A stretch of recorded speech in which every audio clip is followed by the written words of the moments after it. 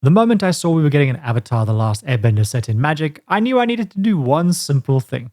With a desperate hunger, I had to make the Fire Nation attack. And when Fire Lord Zuko was revealed, I knew that my quest would be successful. My little frog brain was filled with fiery ideas of conquest. So I'm very thankful to Wizards of the Coast for sponsoring this video and supporting my fiery frog ideas. If you're gripped by a similar smoldering purpose, then stick around for a Fire Lord Zuko deck that's simple to play, yet surprisingly complex to master. And that burns down tables with the power of Sozin's Comet. It's also definitely going to be quite different to any other Zuko decks that you come across. But before we get to any of that, we've got to make sure you know all about our avatar-shaped Trogdor.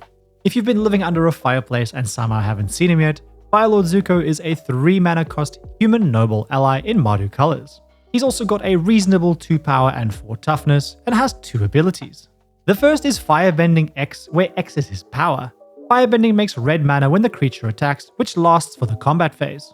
He also says that whenever we cast a spell from exile or when a permanent we control enters from exile, we put a 1/1 counter on each creature we control. Now when I sit down to brew a commander, the first step is always a mind map of what this deck wants to do, which often inspires a sort of character sheet as if my deck was a character in a role-playing game. If I feel like I'm lacking direction, or if I'm just not sure how to brew a commander, this is when I may look at something like EDHREC or similar sources, but I caveat this with the fact that every good thing EDHREC gives us, blindly following it will give you as much bad as good. In this case, I already had a strong idea of what I wanted to do, so I just went straight to the mind map, and Zuko's design made this process fairly simple. The first thing that jumped out at me when I saw Zuko was that the amount of mana he creates scales with his power, and my mind immediately went to casting huge spells, possible fiery burn spells, made possible by a large Zuko making lots of mana. This would mean our deck needs ways to improve Zuko's power, but thankfully he has built-in ways of doing that when we cast the spell from exile. We would however still want some other ways of augmenting that if we're going to create the amounts of mana that we need. So the first thing we need is ways to increase Zuko's power. Related to that, we clearly want cards that create impulse draw and allow us to cast or play lands from exile. Assuming we get Zuko big enough, we need payoffs that use lots of mana, like big X spells. If my plan comes together and I effectively manage to firebomb one opponent, I imagine I also need some ways of copying spells to spread the love to my other foes. And if our deck is doing the thing, you best believe that our opponents are almost certainly going to try to stop us, so some ways to protect Zuko are almost certainly going to be needed. One challenge here is that Zuko's mana is created and needs to be used during combat, which means we need as much of our game plan to rely on instant speed spells or ways to allow us to use that mana, be that spells giving flash or having that mana persist beyond our combat phase. If I was to visualize what all this looks like on a character sheet, it would look a little bit like this. If you haven't binged my video on Focus, I would highly recommend that you do, and it's linked below the like button with all the other tools and concepts that I mentioned as part of my brewing process. But to speedrun the key points, most commander decks can fit up to about 5 or 6 different things or groups of cards that the deck wants. More than that, and decks tend to become unfocused, inconsistent, and lack identity. And why 5 or 6? Well, that's because we need about 10 or more of something to reliably draw it in the opening turns of the game, and 10 times 6 equals 60, which is roughly how many non-land cards we should have in the average deck. The secondary abilities that we see on this character sheet align with this and are the cards that we add to our deck to round out our character's primary skill set. This gives me a very focused idea of what to look for before I start hammering away on the deck building anvil. Now before I head to Scryfall to start recruiting my army, this is where I use my 33 card deck template to outline roughly how I want this brew to come together. You'll see the secondary abilities or groups of cards in my character sheet are mirrored here. This gives me an easy way to visualize my brew and to spot what's working and what's not working, and gives me a very condensed way to goldfish to test to see if the deck is doing the thing. As this is a V1 draft, the exact card categories and numbers may well change, but we'll see that after I start reviewing the cards. To find the right cards, I'll head to somewhere like Scryfall and throw in a lot of broad terms across the color identity of my commander. In this case, using phrases that are likely to find the types of cards that I want, like exile the top, or until the end of your next turn, or until the end of your next end step, find things like impulse draw cards. I'll typically find a single card that is an example of the effect I'm looking for, and grab the broadest part of that card's text that's likely to appear in other similar cards. It's worth calling out that like most decks that I cook up, this brew will be focused on being accessible and you won't need tons of staples. You may even have most of the cards lying around in your bulk. After finding a bunch of cards to fill out my first 33 card deck, I was now ready for testing, And part of what makes brewing fun for me is at times realizing that what you thought would happen doesn't happen at all, and then something unpredicted happens and it changes your plan a lot. As I played out the deck in goldfishing, I realized that while my mana curve was very low, most of my spells relied on having Zuko in play, so I had very few proactive turn 1 or 2 plays. And this felt very bad, but it would feel even worse if I play Zuko on turn 3 and he just gets removed before I untap on turn 4. To make matters worse, many of my spells wanted to be played on the same turn after I had assembled the right combination of cards. This meant that I had very few proactive plays to make until I assembled those right cards, and to make matters even worse, impulse draw cards meant that I had to use whatever my library gifted me that turn or at best on the next turn, often creating super clunky situations. Whilst this sounds like it's all bad news, the good news was that the deck did indeed work. I could make Zuko big, and I could use that big Zuko to fire punch people in the face or to make a whole lot of mana and burninate the peasants. So the testing results meant that I needed to find more cards that I could play that were more incremental in the effect they provide across turns and that can be played without needing to cast multiple other spells that turn or to get value from them. Armed with this information, I went back to my shortlist to flesh out a full 100 card deck. If you're enjoying this, I cook up videos like this that help you think differently about Commander, videos that will help you build better decks, play better, and have more fun. If you want more of that, like the video to tell the algorithm that you think it's good, and subscribe to help me in my quest to reach 100,000 subscribers, but far more importantly, to make sure that my next banger gets delivered directly into your eyeballs. Fresh from the fires of testing in the deck building forges, I now had a completed deck that I was pretty happy with. So let's recap our game plan so the card inclusions make sense. This deck relies on playing Fire Lord Zuko and using or abusing the mana that he creates to play impulse draw cards and then play the cards that we exile, incrementally getting value over a few turns in the form of card advantage and increasing his power. Once our fires have raged to a significant level, our game plan is to boost his power, creating upwards of 40 mana, and then using that mana to again burninate the peasants. That's rough, buddy. The fact that we have to work around the limitation of his firebending mana being created in combat creates a really fun deck building puzzle to solve, but also creates an interesting puzzle to solve while piloting the deck. When we play our impulse draw spells, and which spells we then rip off the top, adds another layer of complexity that forces us to be agile in how we make decisions and how our game plan plays out. Okay, so let's take a look at what's actually in the deck, starting with the cards that we'll likely play first each game, which is sources of impulse draw. The impulse draw spells are critical because they both help us dig for our important cards and help Zuko get bigger. We have a bunch of really cool synergistic 2-drops that allow us to set up an engine before we play Zuko. This really helps our mana curve and the flow of the deck, which was really clunky before. Unlucky Witness is a great jump blocker and can generate impulse draw for 1 mana. Dream Devourer gives all of our cards foretell, which works really well in setting up future turns. Fireglass Mentor works really well for us once Zuko starts attacking, and Unstable Amulet is a great drop on curve that gives us both impulse draw later when we need it, and can slowly ping the table when we cast spells from exile. Magmatic Channeler gives us a consistent way to create impulse draw every turn, and the deck has a mini discard theme in it as we have some cards with flashback. The real stars for me that I absolutely love to play on turn 2 are Brunhilde, Inti, Party Thrasher, and Tempered in Solitude. Brunhilde is less strong on impulse draw, but importantly sees that card stick around for a few turns and can give Zuko haste. Inti both makes Zuko bigger and gives him trample, and creates impulse draw. Party Thrasher and Tempered in Solitude both give us consistent impulse draw every turn. These engine pieces are incredibly important to how the deck plays, and a similar engine at 3 mana is Tavern Brawler that both pumps up Zuko and gives us reliable impulse draw. There are then a bunch of once-off impulse draw spells like Reckless Impulse, Rob the Archives, Ren's Resolve, and Light Up the Stage. The Legend of Roku performs a similar function, and probably the strongest card in this entire category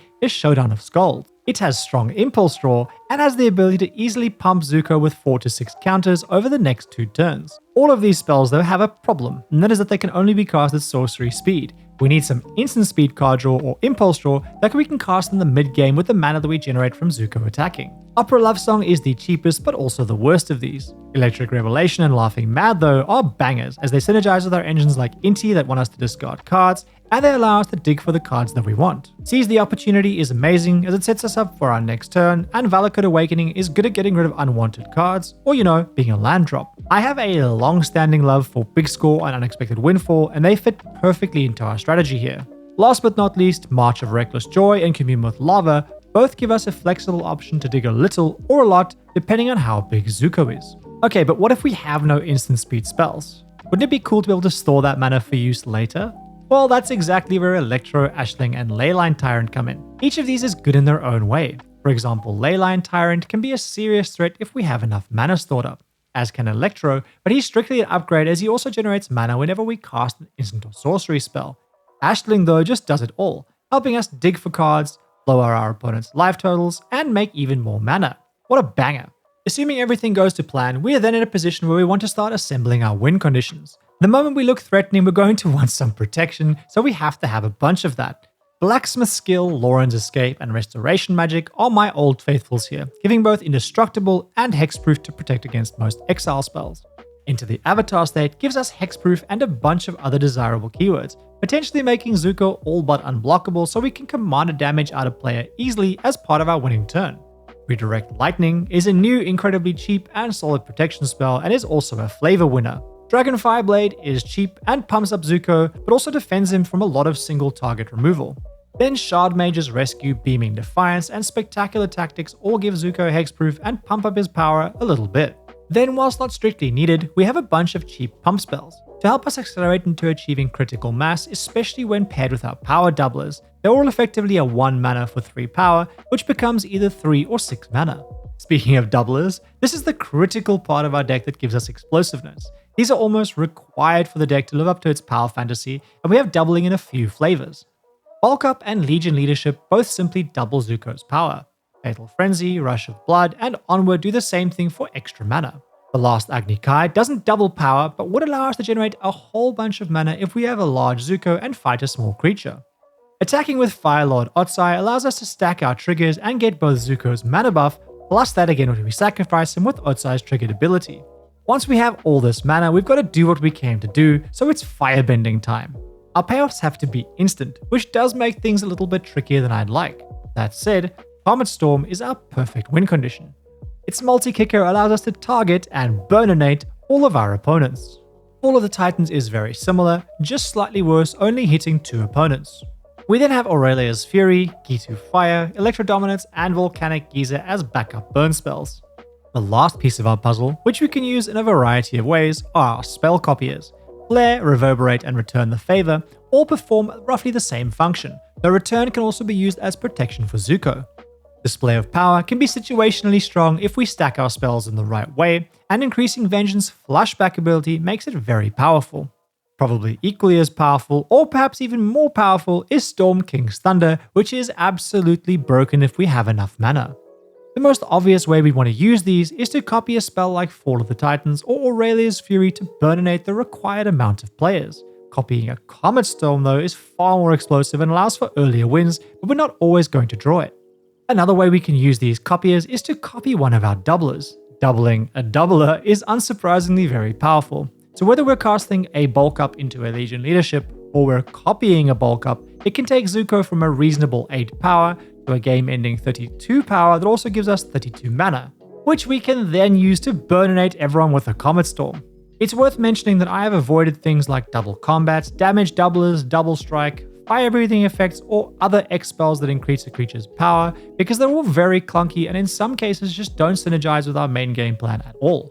I've also not included things like Frodalkan Orrery because there aren't enough of those effects to reliably build around it, and our focus is already very split. Splitting it any more will see the deck really struggle to do what it needs to.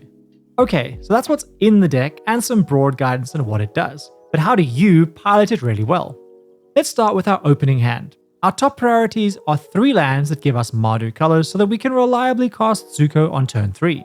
The next most important thing is a proactive Impulse Draw engine that we can play on turn 2, like Inti, Party Thrasher, or Tempered in Solitude.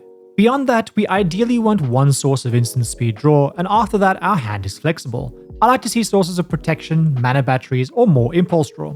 I don't really worry about things like doublers, copiers, or payoffs because we have so much digging baked into our deck and it's far more important to draw those sources of digging. The early game is all about setting up our engine. On turn 1, we'll probably play a tap land but nothing else, and on turn 2, we really want to play one of those proactive engine pieces, with Zuko following that on turn 3. On turn 4, our ideal play is to attack and use some of that mana created by Zuko to cast an instant speed draw spell. A top tip is not to play lands from your hand in a turn until you've done your impulse draw. because the lands we play from exile give Zuko a counter, which is critical, and we can only play them that turn or the following turn in some cases, whereas the lands in our hand stick around until later. This may seem very obvious, but it's also very easy to absent-mindedly play a land in your pre-combat main phase, then do some impulse draw, and realize the error in your ways. You're also going to have spells that you really want to play get stuck in exile. Yes, for example, on turn 4, you're going to impulse draw a Comet Storm. It's just going to happen. Don't stress too much about it and focus on what your deck does give you rather than what gets lost. Turns 5 and 6 likely follow a similar pattern. We're attacking with Zuko, impulse drawing cards, and playing cards and lands from those draws to pump Zuko up more and more. Zuko starts being a serious threat once his power hits the mid-teens, and this should be around turn 7 or 8. It's at that point that we want to start looking for our win conditions. Those are ways to amplify Zuko's power, like a bulk up, a burn spell, like Fall of the Titans, and a spell copier, like Reverberate. If we get additional copies of our amplifiers, power buffs, or copiers, this increases our explosiveness and our ability to try to win earlier. There is a very small chance that we draw our best in slot cards, where we have a doubler, a copy spell, and a Comet Storm, in which case we could probably blaze out a turn 7 win, but that's not really expected. Much more likely is a win around turn 8 to 11, and we repeat what we've been doing on turns 4 to 6 through those turns until we can find our win conditions. Based on this, the deck can definitely hang in bracket 3, but really this is a deck aimed at bracket 2. This is because the amount and efficiency of interaction faced in bracket 3 is going to cause us significant problems, because if our win con meets a counterspell, we have very little response. Add to this how fickle impulse draw can be as a mechanic, especially when we're trying to assemble Exodia, and this deck fits far better as a high risk, high reward bracket 2 deck. Another weakness with this deck is that we're running no removal. This is partly because our aim is to be the problem and not to solve problems, but also because our deck has very little space for it. If you find that's a problem for you and you want to add in removal, I would swap out the cheap pump spells and perhaps 2 to 3 pieces of impulse draw. Weaknesses aside, if you do want to turn up the heat and make the deck better for bracket 3, these are the potential upgrades that I would look at. Firstly, whilst not strict upgrades, you may want to consider Invoke Calamity and Overmaster. I chose not to run Invoke Calamity because I don't love that it's bad in the early to mid game, and Overmaster I would run only if I have tutors, because it can force through a big spell against blue decks, but the odds of drawing it are far too low without running tutors. Then, these are cards that I would bring in and what I'd swap out. I think the weakest part of the deck are the 3 power pump spells, so they're the sacrificial lambs to bring in our stronger additions. We bring in Jessica's Will as a great impulse draw source and a ramp spell, and we bring in Passionate Archaeologist because it can dramatically decrease life totals. Bergie comes in as another temporary mana battery and also as an impulse draw source if that's what we want it for. I mentioned tutors, and Demonic and Vampiric Tutor are the best in slot here and come in to make it much easier to find our highest power win conditions like Comet Storm. There are also a bunch of stronger protection options than we have, and we swap them in kind for our weaker protection sources. The mana base can also be significantly upgraded with shocks, verges, fetches, commander lands, and some MDFCs.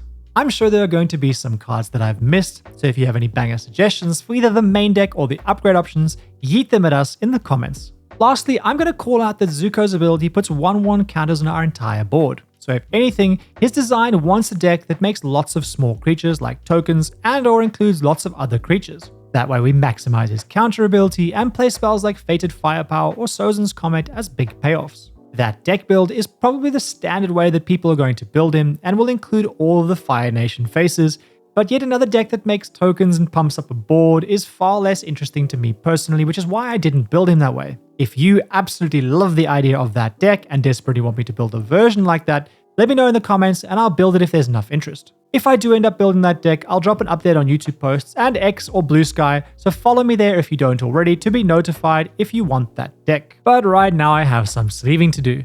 I also have a pile of avatar boosters with my name on them, and I can't wait for the set to fully release on November 21st. A reminder that if you want my help brewing decks of your own, you can find that on my Patreon, or in case you want faster tailored help, or you're just terribly rich and want to jettison some money, you can find that over on my Ko-fi.